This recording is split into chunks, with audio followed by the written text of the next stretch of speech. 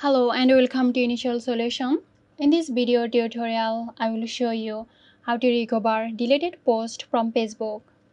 So let's start the video.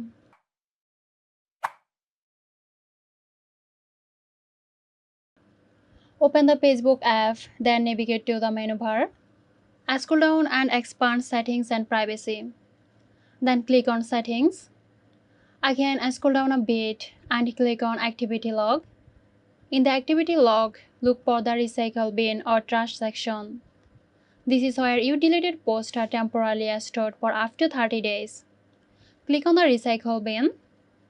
Scroll through the deleted items in the Recycle bin to locate your post. Once you have found the deleted post, tap on the three dots or menu button next to it. Select Restore to recover the post and it will be back on your timeline. So there you have it. I hope this video helped you out.